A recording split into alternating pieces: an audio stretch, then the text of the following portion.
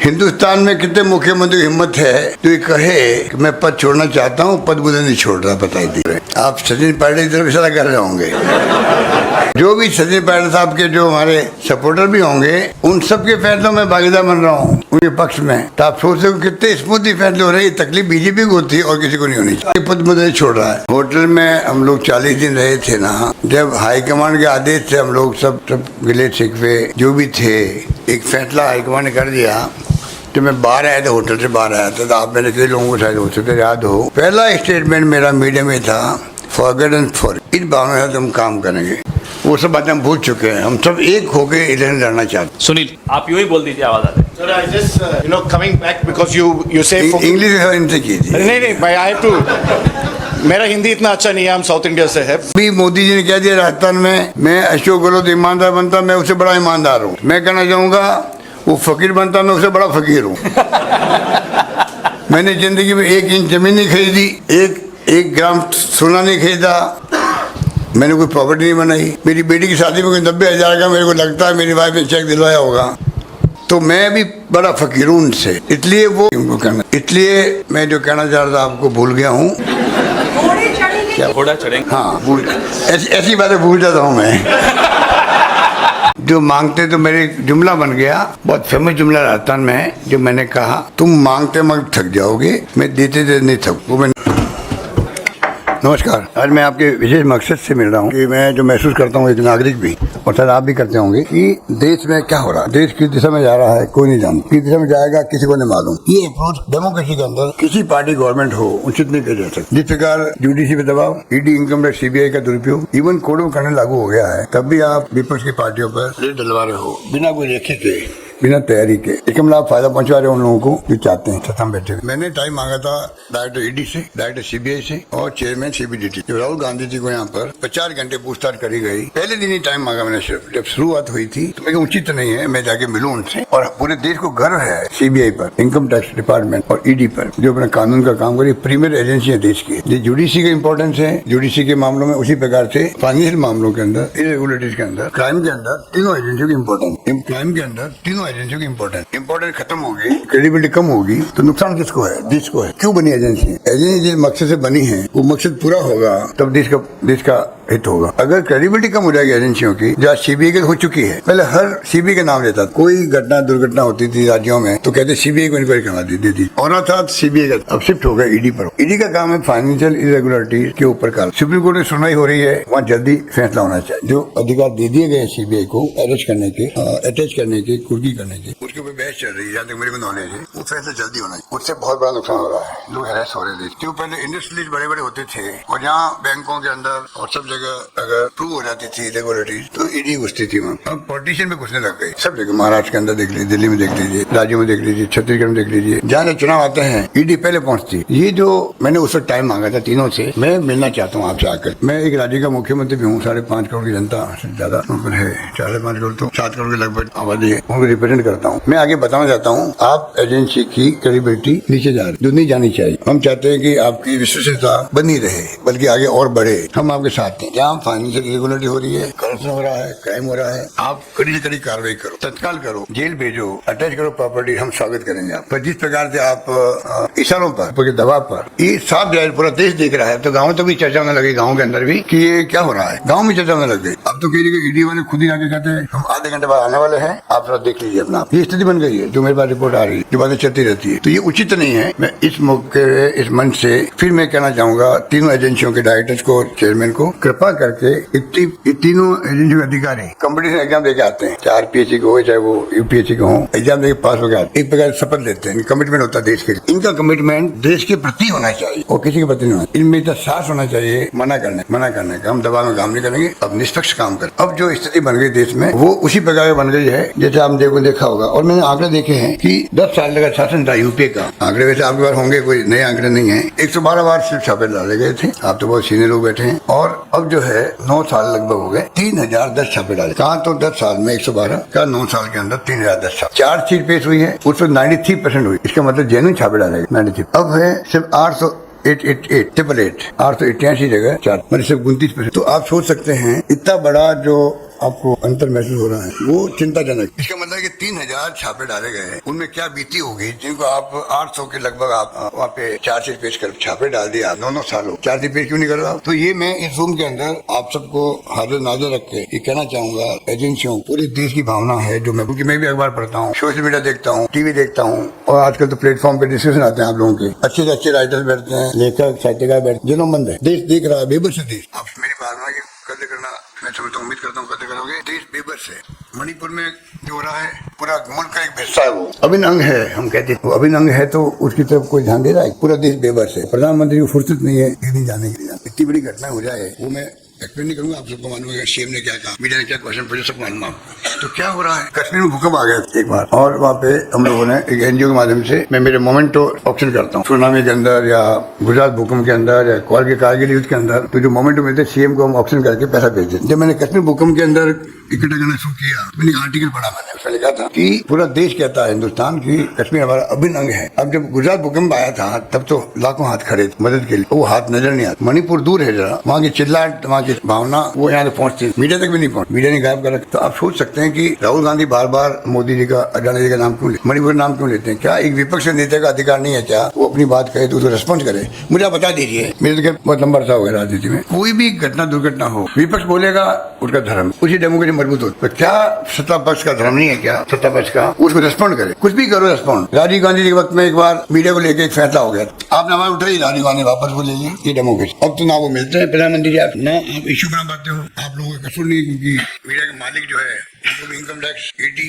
और सीबीआई का डर रहता है। मुझे कहते हैं संकोच नहीं, मैं तो बार बार कहता हूँ कि वो नाराज भी होते होंगे मालिक लोग, पर मैं कहते चुपता नहीं। कोविड आ गया तो अब एक तनख्वाह आपकी आधी कर दी, मैं वो भड़का दे रहा हूँ, देखिए पीड़ा बता रहा हूँ, पीड़ा बता रहा हूँ, निकाल दिया गया लोगों को, निकाल दिया गया। आप लोग भी ट्रांसफर पोस्टिंग रहते हो पॉलिटिशियन की तरह, हमारे जो सरकार में ट्रांसफर पोस्टिंग होती है, आपके भी राज्यों में जो काम करने वाले लोग हैं ट्रांसफर पोस्टिंग करते हो, तो आप लोगों की स्थिति कोई बहुत अच्छी नहीं है। क्यों मैं भटक के बात करता हूँ? मैं तो कह रहा था कि मैंने कहा भाई मैं मिलने आना चाहता हूँ आपसे, मैंने शुरुआत से करी थी, और वो शुरुआत मेरी वहीं रह गई।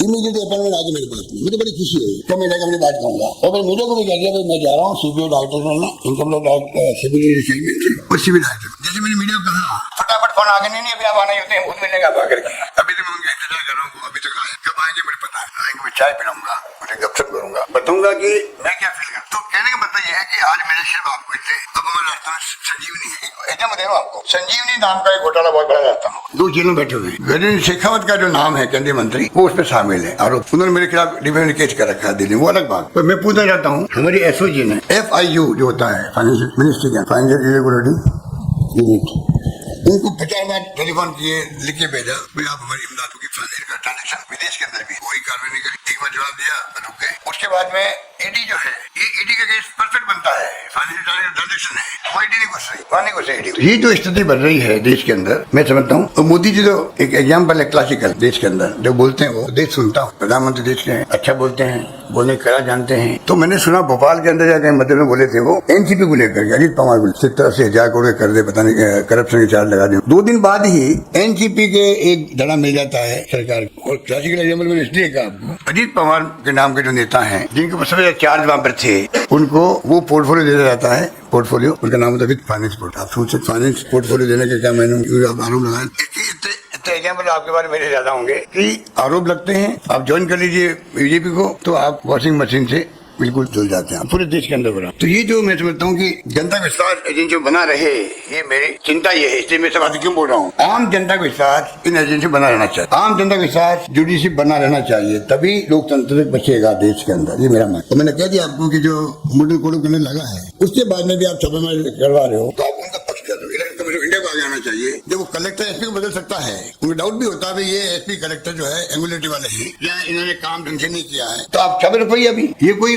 हत्या तो किसी ने की नहीं, वो भग जाएगा हत्यारा, फाइनल रेगुलरिटी है, आज तो कल पकड़ लेना उनको वापस, और ज्यादा तरीका कर लीजिए, ये बात थी। बाकी तो आपको मैं समझ सकता हूँ सोनिया गांधी जी को, राहुल जी को, खड़गे साहब को, मतलब इतनी गिरावट आ गई देश के अंदर, पक्ष विपक्ष के संबंध जो थे कुछ जमाने के अंदर, जब इंदिरा जी या राजीव गांधी थे और वाजपेयी जी थे, और आज राजनीति का फर्क आ कहाँ, तो जितनी कटुता होती थी उसके अंदर, उसके बाहर भी तभी संबंध होते थे डेमोक्रेटिक इंटरेस्ट के अंदर, और वो सब संबंध खत्म हो गए, दुश्मन है हम आपस के अंदर। प्रधानमंत्री मोदी जी और उनके नंबर 2 अमित शाह, वो विपक्ष को दुश्मन समझते हैं, उस प्रकार का व्यवहार कर रहे हैं, पूरा देश देख रहा है। वक्त आने पर सबक सिखाएगा, ये समझ नहीं पाए मेरा वक्त वक्त आने पर, क्योंकि जनता का रोबस्ट कॉमन सेंस देश के अंदर एक्स्ट्राऑर्डिनरी, अनपढ़ होंगे, कम पढ़े लिखे होंगे, अकल होशियारी के अंदर हमारे देश की जनता बहुत आगे, बहुत आगे। अदिति एक एक करके सबसे बोलिएगा कनिका। देखिए वहाँ तो उनको कुछ मिल नहीं रहा है, तो वहाँ के जो मेंबर पार्लियामेंट वगैरह हैं उनको इशारा करना पड़ा, तो रोज सीबीआई ऑफिस में जाओगे, लोगों को भेजो। यानी मेरी भी जानकारी है पिछले साल भर की, ईडी ऑफिस जाते हैं यहाँ पर लोग, जुड़ी शिकायतें करते हैं, मिली भगत से फिर वहाँ आवाज उठाते हैं वहाँ के एमपी वगैरह, और सीबीआई जाके जांच करने का प्रयास। वहाँ मैंने देखा अभी एक हमारे मिस्टर करोड़ी मीणा है, वो एक गए वहाँ पर मॉल में, गणपति प्लाजा में नाम सा यही था, 500 करोड़ के यहाँ पर अंदर पैसा पड़ा, ब्लैक मनी पड़ा है यहाँ पर। बॉक्स क्या कहते हैं बताएं? लॉकर मेरा है नहीं, इसलिए मैं बोल रहा हूँ। लॉकर नाम भूल गया, मेरी माँ के साथ में लॉकर था बचपन के अंदर, माँ के मरने के बाद में लॉकर बंद हो गया, इसलिए मेरे नाम भूल गया लॉकर का। मैं तो लॉकर में 500 करोड़ पड़े हैं, इतना भयंकर तूफान मचाया, ईडी पहुंच गई वहाँ। आप बताइए एक कोई एमपी या कोई आम आदमी कहीं जाके बैठ रहा है बैंक के बाहर, किसी के अंदर ब्लैक मनी पड़ी है, 500 करोड़ की पड़ी है, ईडी पहुंच जाती है वहाँ पर। पहली बात तो पुलिस का काम है, जाके तुम लॉ एंड ऑर्डर इसलिए खराब मत करो, ये काम इनकम टैक्स का काम है। आप जाके इन्फॉर्मेशन दो, इनकम टैक्स को इन्फॉर्मेशन दो, मेरी जानकारी में आया पैसा पड़ा, वो आपको उनका हक है, धरना दे दो आप जाके, ईडी पहुंच जाए, इनकम टैक्स पहुंच जाए, पता नहीं कौन कौन पहुंच गया। ये मिली भगत है केंद्र सरकार की, ईडी की और उस एमपी साहब की, सब मिली भगत का खेल हुआ, पूरा देश देख रहा है उसको। अदिति एक एक करके बिल्कुल अभी करता। महिला सशक्तिकरण की वो लगातार बात करते हैं, अगर राजस्थान का जिक्र करें तो वहां पर उनके पास महिला भी हैं जो पूर्व में मुख्यमंत्री भी रह चुके, लेकिन उनको लगातार इग्नोर किया जा रहा है, टिकट उनके जो लोगों की काटे जा रही है, इसको आप कैसे देखिए वो उनकी पार्टी का अंदरूनी मामला, मेरे कोई कमेंट नहीं करना चाहूँगा। एक सेकंड, संजीव चोपड़ा सर। और आदित्य जी, मैं आपका नाम आदित्य जी, मैं कहना चाहूंगा मेरे कारण उनको सजा नहीं मिलनी चाहिए, मेरे कारण उनको सजा नहीं मिलनी चाहिए, ये अन्याय होगा उनके साथ में। एक किस्सा बताना चाहता हूँ, आपके पास टाइम था ना? पूछ देता हूँ भाई, जनरली नेताओं का टाइम नहीं होता, मैं आपको पूछ देता हूँ। देखिए मेरी सरकार जब गिर रही थी तो मेरे कैलाश मेघवाल है जो स्पीकर थे, गृह मंत्री थे उनके, उन्होंने एक किस्सा बताया मेरे, जो मैंने किया जिंदगी के अंदर। जब मैं पीसी प्रेसिडेंट था 90s के अंदर, तो मेरे भेजन शेखावत थे मुख्यमंत्री, वो क्विलन गए थे अमेरिका, अपना तीसरी बार बाईपास करने गए, तीसरी बार। उस जमाने में बचपन में सुनते थे, ह्यूस्टन में जाते थे पहले, ह्यूस्टन के बाद में क्विलन जाना, वो गए थे। पीछे उन्हीं के पार्टी लोग सरकार गिरा रहे थे, मिस्टर नरसिम्हा जी थे प्राइम मिनिस्टर, मैं था पीसी प्रेसिडेंट था राजस्थान, मेरे पास भी बोलो हम किया हमारी पार्टी में रिवोट करके सरकार। तो मैंने कहा भाई एक आपका नेता बीमारी है, सीरियस से मैंने सुना वहाँ पर, थर्ड टाइम गए हैं, और आप पीछे ये जो कर रहे हैं हरकत, मैं उचित नहीं मान। मैंने पीएम नरसिम्हा जी को जाके कहा, क्योंकि मैं उनका केंद्रीय मंत्री रह चुका था, टेक्सटाइल मिनिस्टर था मैं, तो मैंने कहा भाई मैं सुना, उनको मालूम पड़ गया, उन्होंने मुझे पूछ, मैं कहा ये उचित नहीं कहा, उनको मैंने रोका। और बलिराम भगत थे हमारे गवर्नर, उनको मैंने कहा कि ये सुन रहे हैं, ये तो वो था जो गवर्नर को, प्राइम मिनिस्टर को, कैलाश मेघवाल को ये बात की जानकारी, वो नंबर 1 थे शेखावत साहब की। उन्होंने अभी जब क्राइसिस हमारा आया तो उन्होंने कह दिया ये बात भी कि हमारे परंपरा कभी नहीं रही है इस प्रकार सरकार ने टॉपर कर, इतना उन्होंने स्टेटमेंट दिया। मेरे मुंह से निकल गया एक मीटिंग के अंदर, क्योंकि वसुंधरा जी के जो फॉलोअर एमएलए थे वो भी लॉबी मिलते हैं हम लोगों से, कहीं मिल जाते हैं, उन्होंने उनके मुंह निकल गया होगा भाई हमारे मुख्यमंत्री जो एक्स मुख्यमंत्री वसुंधरा जी है वो भी इसी विचार किए जो कैलाश जी ने कहा है। मेरे पास इन्फॉर्मेशन थी उनकी, मैंने गलती से वो कोट कर दिया धौलपुर के अंदर। मेरी सरकार जब क्राइसिस में थी तब कैलाश मेघवाल जी ने वसुंधरा जी की भावना, मीडिया में आप देखते हो कि थोड़ा फ्लेवर लग जाता है, आप फ्लेवर लगाने में बड़े, बिना फ्लेवर न्यूज बनती नहीं, आपकी गलती आपकी भी नहीं है, बिना फ्लेवर की न्यूज बनती नहीं है, और मैं भुगत भी रहा हूँ कुछ फ्लेवर से। अभी मैंने कह दिया कि यूडीसी में करप्शन है, मैंने कह दिया, मेरे खिलाफ में एक भाई चले गए कोर्ट के अंदर कंटेम्प्ट कोर्ट लगाने के लिए, तो मैंने जवाब दिया भाई 9 सुप्रीम कोर्ट के रिटायर्ड जजेस, 2 सीजेआई, उनके मैंने आर्टिकल पढ़े हैं, वो सब कह रहे हैं यूडीसी में बहुत करप्शन है। तो ये मेरी भावना नहीं है, मैंने जो पढ़ा, जो पर्सन बना, मैंने उसको कोट किया है, तो मैंने मेरा रिप्लाई दिया है कि भाई मेरी भावना नहीं, पूरे देश के सुप्रीम कोर्ट जजेस तक कह रहे हैं, सिटिंग जजेस तक ने कह दिया, सीजेआई कह रहे हैं, तो मैंने वो मेरी भावना नहीं थी, मैंने पकड़। फिर भी अगर कोर्ट को लगे जुडिशरी को सम्मान करना हमारा फर्ज बनता है, और मेरा कमिटमेंट है कि जुडिशरी मजबूत होगी, देश में डेमोक्रेसी बचेगा, जब मैं ये बात कहता हूँ, तो मैंने कहा फिर भी अगर आपको लगे कि मैंने इसमें कंटेम्प्ट किया है तो मैं अनकंडीशनल अपॉलॉजी मांगता हूं। तो कहने का मतलब ये है कि वो फ्लेवर लग गया। मैंने कहा, मैंने सुना है कि एडवोकेट फैसले लिखते हैं, वो फैसला आता है, अखबार लिख दिया, वकील लोग फैसले लेके लिख के ले आते हैं और हाईकोर्ट जज फैसले देते हैं, फ्लेवर लग गया, उनको मौका मिल गया एक व्यक्ति को जाने का, इसको मैंने फ्लेवर किया। संजीव चोपड़ा जी। सर, राजस्थान में चुनाव को करीब 1 महीना रह गया है। सर, राजस्थान के चुनाव को करीब 1 महीना रह गया है। बीजेपी ने अपने कैंडिडेट डिक्लेयर कर चुके हैं, कांग्रेस का अभी एक भी कैंडिडेट नहीं आया, और कुछ जैसे आप कह रहे हैं मीडिया में फ्लेवर चल रहा है कि कुछ आप में और पार्टी में डिफरेंसेस हैं कुछ कैंडिडेट्स को लेके, क्या यही रीजन है कि डिले का रीजन यही है कि यही विपक्ष को तकलीफ है, जो फैसले हो रहे हैं पार्टी के अंदर सिलेक्शन के प्रोसेस से, उनको तकलीफ भी हो रही है, इनके झगड़े क्यों नहीं हो रहे? आप सचिन पायलट की तरफ इशारा कर रहे होंगे जितने फैसले हुए हैं सबकी राय से हुए हैं, सबकी राय हुआ। जो भी सचिन पायलट साहब के जो हमारे सपोर्टर भी होंगे उन सबके फैसलों में भागीदार बन रहा हूँ उनके पक्ष में। तो आप सोच सको कितने स्मूथली फैसले हो रहे हैं। तकलीफ बीजेपी को होती है और किसी को नहीं होनी चाहिए। एक एक करके आप पूछिए। हाँ, अभी आपने जिक्र किया था आपकी सरकार जब मुश्किल में आ गई थी, तो मुश्किल में वो आप ही की पार्टी के जो विधायक थे बागी हुए थे उनके चलते आई थी। तो जो अब जो टिकट वितरण हो रहा है, क्या उन एमएलए जो बागी हुए थे उन पर भी पार्टी भरोसा करेगी या आपका विरोध रहेगा? मैंने इस जवाब जो दिया था ना, ये आप पर जवाब सोच के दिया था मैंने। हमने कहा देखिए हो गया। अभी एक एक करके जवाब तो देने दीजिए। मैं जब होटल में हम लोग 40 दिन रहे थे ना, जब हाईकमान के आदेश से हम लोग सब गिले शिकवे जो भी थे, एक फैसला हाईकमान ने कर दिया। तो मैं बाहर आया था, होटल से बाहर आया था, तो आप मेरे कई लोगों को शायद हो सकते याद हो। पहला स्टेटमेंट मेरा मीडिया में था, फॉरगेट एंड फॉर, इस भावना से हम काम करेंगे। और मेरे कहते घर है, आप सुनिएगा, मैं प्रवचन नहीं दे रहा हूँ हालांकि, पर आपने कहा मेरे हमारे पास टाइम है। मैंने कहा कि हिंदुस्तान के अंदर ऐसा बहुत कम होता है। मिस्टर अजय माकन जो जनरल सेक्रेटरी थे हमारे, ये बैठे वहाँ असेंबली के अंदर मेरे रूम में 1 by 1 122 लोगों से मिले विधायकों से। उसमें जो आप कहते हो वो विधायक भी थे सारे लोग। अगर एक स्वर में कोई कहे किसी स्टेट के अंदर, उसे राजस्थान हो सकता है जहाँ सबने कहा हम चाहे किसी के साथ पॉलिटिकल हो सकते हैं। काम के मामले में मुख्यमंत्री कोई भेदभाव नहीं कर रहे हैं। काम के मामले जो हम काम मांगते हैं हम काम देते हैं, और काम इतने देते हैं जो मांगते। तो मेरे जुमला बन गया, बहुत फेमस जुमला राजस्थान में है, जो मैंने कहा तुम मांगते मगर थक जाओगे, मैं देते देते नहीं थक, वो मैं निभाया वहाँ राजस्थान है। और इसलिए आप समझ लीजिए वो जो गए हैं कहीं गए हैं, अभी क्राइटेरिया सिर्फ एक है, वो है विनिबिलिटी क्राइटेरिया है।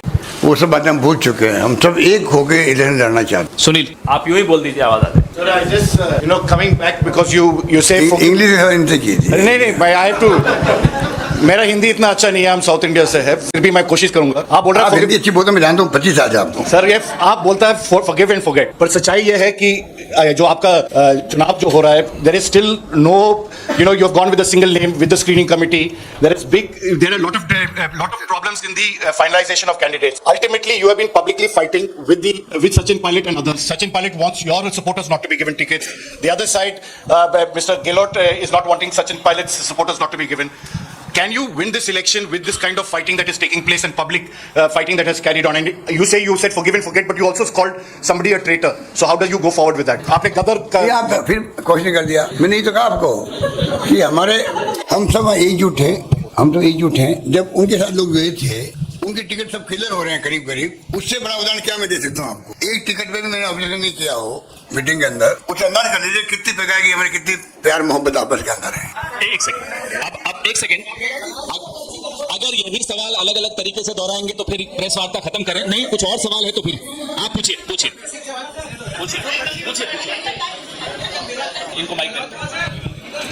गहलोत जी, मेरा सवाल ये है, आपने एक बड़ा बेसिक सवाल उठाया अभी कि जब चुनाव आचार संहिता लागू हो जाती है तो उसके बाद भी ईडी, सीबीआई और इनकम टैक्स वगैरह के छापे। आपने ये भी कहा कि जब चुनाव आयोग की अधिकार है कि वो डीएम, एसपी बदल सकता है उसके साथ, और हमारे संविधान के अनुसार जो है जिस राज्य में चुनाव होते हैं उसका प्रशासन चुनाव आयोग के हाथ में आ जाता है, काम चलाने के लिए सरकार रहे। तो क्या आप ये कहना चाहते हैं कि जब चुनाव आचार संहिता लागू हो जाए उसके बाद से चुनाव आयोग ये सारी चीजें देखे और ये जो जितनी भी जांच एजेंसीज हैं इनका प्रशासन भी उसके हाथ में होना चाहिए? मैं नहीं चाहूंगा कभी, क्योंकि इंडिपेंडेंट एजेंसी हैं, इनकी इंडिपेंडेंट बनी रहे, सुनिश्चित होना चाहिए बनी रहे। पर कुछ बात ऐसी होती है जब आप दबाव में काम कर रहे हैं और बगैर कोई जांच पड़ताल के देखी के अगर आप दबाव में माहौल बनता है, इलेक्शन कमीशन को उसको देखना चाहिए, बात करना चाहिए। नंबर 1 नंबर 2 मैं उससे बड़ी बात कहना चाहूंगा, एजेंसी वालों खुद को कहना चाहूंगा, डायरेक्टर्स को, चेयरमैन को, उनका खुद का भी इस प्रकार का कोड ऑफ कंडक्ट होना चाहिए, कुछ तो बनाना चाहिए। अब एक बार इलेक्शन शुरू हो गया है, अब इसको रोक देते हम लोग, 2 मिनट बाद वापस शुरू कर देंगे, कौन रोकता हूँ? वो तो क्रिमिनल का काम किया है, फाइनेंशियल या क्राइम का, तो रोक कौन रहा भाई? और रुकना चाहिए भी नहीं। मैं अभी मोदी जी ने कह दिया राजस्थान में मैं अशोक गहलोत ईमानदार बनता, मैं उससे बड़ा ईमानदार हूँ। मैं कहना चाहूंगा वो फकीर बनता, मैं उससे बड़ा फकीर हूँ। मैंने जिंदगी में 1 इंच जमीन नहीं खरीदी, एक ग्राम सोना नहीं खरीदा, मैंने कोई प्रॉपर्टी नहीं बनाई। मेरी बेटी की शादी में कोई 90,000 का मेरे को लगता है मेरी वाइफ ने चेक दिलवाया होगा।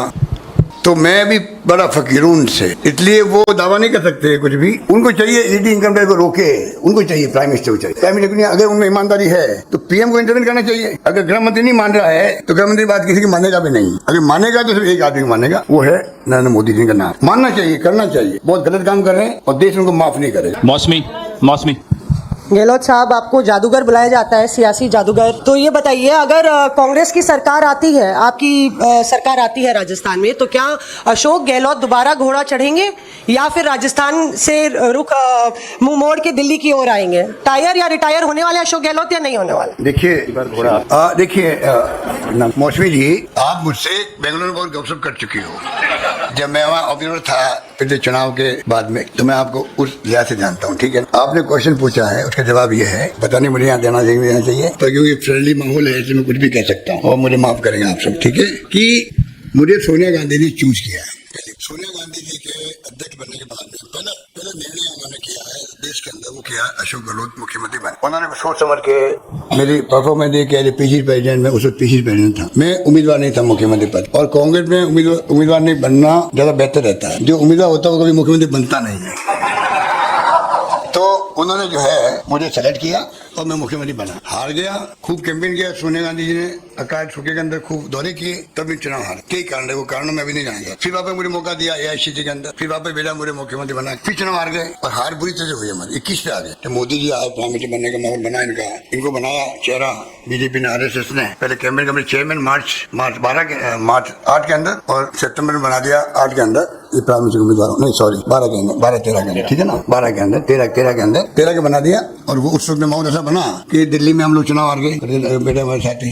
तो जब चुनाव दिल्ली में आ रहे वैसे हम लोग राजस्थान, मध्य प्रदेश, राजस्थान और दिल्ली जब हमारी सरकारें थी हम हार गए, और मध्य प्रदेश और छत्तीसगढ़ सरकारें जाने वाली थी, वो उस माहौल में बच गई। थर्ड ये हुआ। तो तीसरी बार मुझे मुख्यमंत्री फिर चांस मिल गया। अभी मैंने मैंने हमारे वहाँ 25 लाख का बीमा है। मुझे कहते घर है कि देश में नहीं, दुनिया में कहीं नहीं होगा, जो राहुल गांधी ने कहा था यहीं पर अभी कि राइट टू हेल्थ एक्ट बना दिया हमने मांग की प्रधानमंत्री जी से। 4 कानून पास किया, RTI, RTE, food security act और नरेगा। 5वां कानून बनाओ आप, मेरी आरी मांग है आप सबके सामने, right to social security, social justice के लिए जो राहुल गांधी का जो न्याय योजना थी उसी का रूप बना है। दुनिया के मुल्कों में हर परिवार को जिंदा रख, परिवार चलाने का हक है सरकार का। दुनिया के यूरोपियन कंट्री में रहता है, क्यों नहीं देश के अंदर हो। आप विश्व गुरु बनने की बातें करते हो, बिल्कुल तब बनोगे तब कुपोषण नहीं होगा, भूखमरी नहीं होगी, परिवार चलेंगे। हर परिवार के नागरिक, देश का नागरिक। बाबा 140 करोड़ की बात तो करते प्रधानमंत्री जी, 140 करोड़ की गारंटी देनी चाहिए लोगों को। 40 करोड़ जनता के साथ में सोशल सिक्योरिटी कानून में लाऊंगा पार्लियामेंट के अंदर, उनको कहना। इसलिए मैं जो कहना चाह रहा था आपको भूल गया हूँ।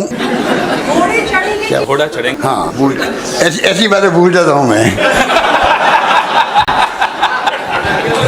संदीप फुकन जी,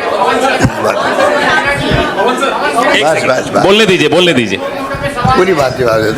एक सेकंड, जवाब तो खत्म होने दीजिए। उसका नाम ही मौसमी है, तो मौसमी को मना कैसे कर सकते हैं। तो मैं मौसमी कह रहा था 30 में मुख्यमंत्री बना, तो अभी मैंने हार्ट ट्रांसप्लांट कर रहा। हार्ट आपने सोशल मीडिया में देखा भी वो शायद कुछ लोगों ने, वो लेडी बोल रही है जब मेरा हार्ट ट्रांसप्लांट हुआ फ्री के अंदर, हमारे वहाँ घुटने, हार्ट, लीवर, किडनी सब फ्री हो रहा है। हार्ट मतलब सब कुछ फ्री है राजस्थान, कोई सोच नहीं सकता। वो माहौल है राजस्थान के अंदर इलाज का, कोई सोच भी नहीं सकता, फ्री इलाज। तो उसने कहा साहब भगवान करे आप वहाँ पर मुख्यमंत्री बने, 4थी बार मुख्यमंत्री बने।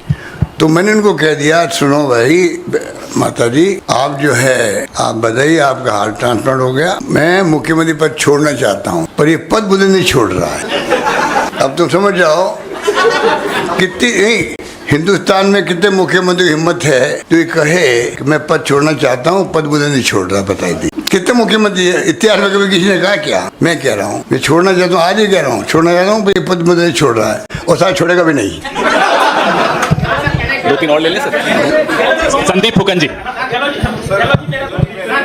एक सेकंड, माइक आने दीजिए, सबको मिलेगा।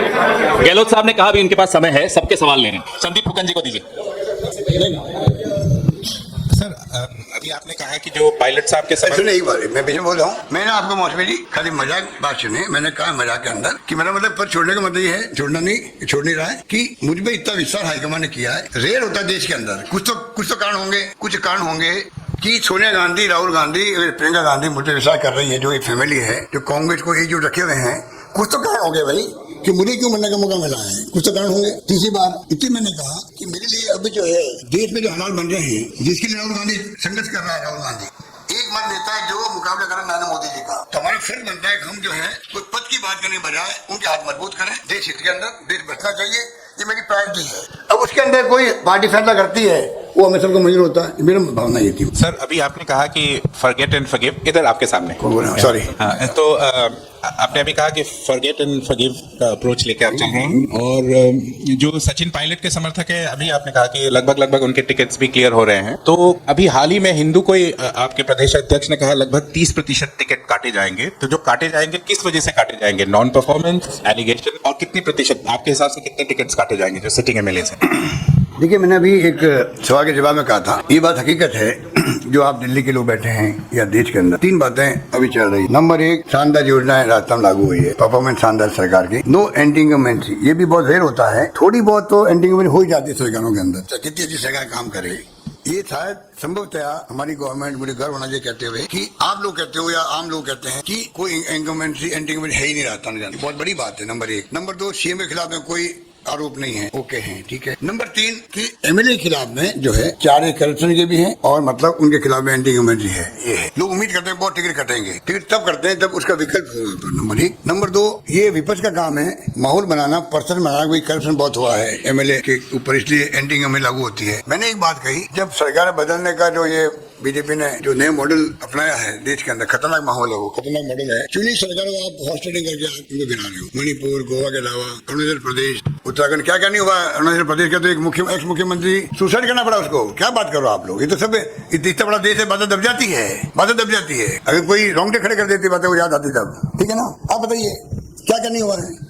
और मध्य प्रदेश, कर्नाटका और महाराष्ट्र, दिन दाड़े डगा डाला गया, जो कहते हैं वो हो गया। तो ये देश दिख रहा है। राजस्थान गवर्नमेंट बच गई हमारी, क्यों बच गई? एक तो हाईकमान का पूरा सपोर्ट मेरे साथ था, मिस्टर संदीप सुरजेवाला, अजय माकन, वेणुगोपाल, डेढ़ डाल के बैठे, 40 दिन तक बैठ गए हमारे साथ में वहाँ पर, ठीक है। और दूसरा, वहाँ की जनता ने जो साथ दिया, जनता ने फोन किया एमएलए को, 10 करोड़ मिले थे उनको, ऑफर 10 करोड़ की थी। आप बताइए, हिंदुस्तान के इतिहास में मैं मांग रहा हूँ कॉन्फिडेंस वोट लेने के लिए, ऐसे में बुलाओ, स्पीकर गवर्नर मना कर रहा है। ऐसा कभी होता है? उल्टा हो गया, जन उल्टा होता है। वो कहते हैं कि आप क्योंकि विश्वास में खो चुके हो, इसलिए आप ऐसे में बुलाइए। और मुख्यमंत्री जी रिलेक्टेंट रहते हैं। मेरे केस के अंदर उल्टा हो रहा था, हमें धरना देना पड़ा गवर्नर, उसमें आपको याद होगा, संघर्ष करना पड़ा, तब जाके वो डेट फिक्स हुई है।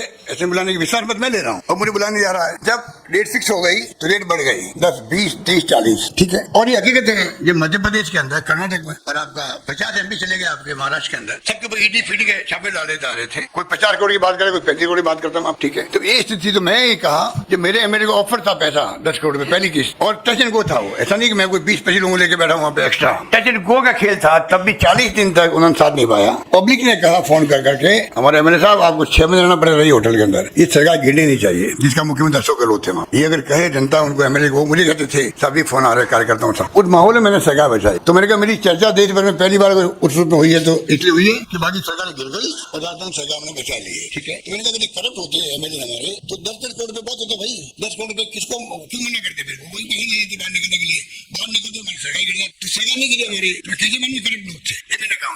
बाकी लोग जयपुर में आकर पूछ रहे हैं। थैंक यू, धन्यवाद। आप सब जयपुर आइए।